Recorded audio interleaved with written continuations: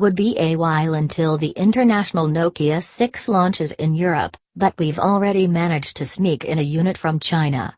And here are our initial impressions before we send it to the lab for testing. For good or bad, the Nokia 6 is a landmark device. Not because of its design, specs or looks, but because it marks the return of the iconic brand to the smartphone industry. Sure, there is now a new company behind Nokia phones now, HMD Global, but it's headquartered in Finland, and it's managed by former Nokia employees, so we remain positive about Nokia's new smartphone lineup.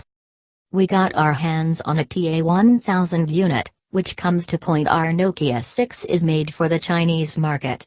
There might be some differences in software, but the phone generated such immense interest with our readers that we just couldn't wait until HMD Global releases the model globally. You have got to know that the Nokia 6 is no high-end phone even if it sits at the top in the new Nokia device portfolio. It's powered by a Qualcomm Snapdragon 430 processor and its 8 Cortex-A53 cores clocked at 1.4 GHz don't look promising for power users. The GPU is Adreno 505. When it comes to games, that spells more like medium graphics quality in our books.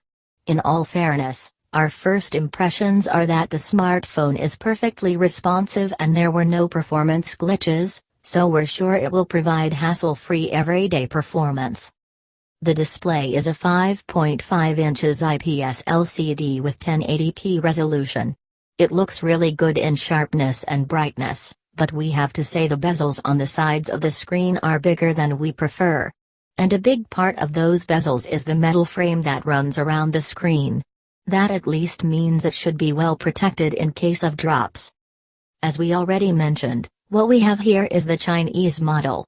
The back comes in matte black color and has 4 GB RAM and 64 GB internal storage.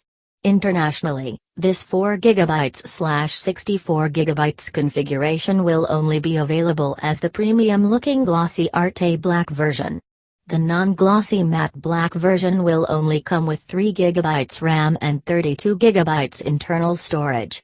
Go figure. The battery in Nokia 6 is non-removable and is 3000 mAh. Its capacity is another concern we have, but from our experience, the Snapdragon 430 is a relatively power-efficient CPU, so we're curious to see how the battery test will turn out. On the back we find the 16MP camera with f/2.0 aperture and 1.0 micrometers pixel size and the dual-tone LED flash. It maxes out at only 1080p at 30 fps, but we should not expect more with that CPU. The front camera is 8MP with the same aperture and slightly bigger pixel size -1.12 micrometers.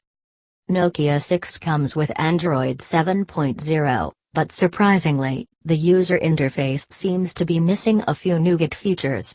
Of course, it could be the fact that this phone comes out of China. We'll have a more thorough look once we get on with our review. The fingerprint scanner on the front responds fast, but not as accurately as we expected. We had to submit the same fingerprint twice to get a flawless experience, and the sensor still struggled to recognize the finger from time to time. There is also a bone to pick with HMD over the camera UI. They've come up with a Pro mode, as basic as it is, but it's buried so deep inside the settings menu that it doesn't make much sense from a usability standpoint. The camera is also a bit slow to start the first time. That's it for our first impressions. Stand by for our full review. Once the Nokia 6 gets into our lab, we'll make sure we leave no stone unturned and no button unpressed until we know everything about it.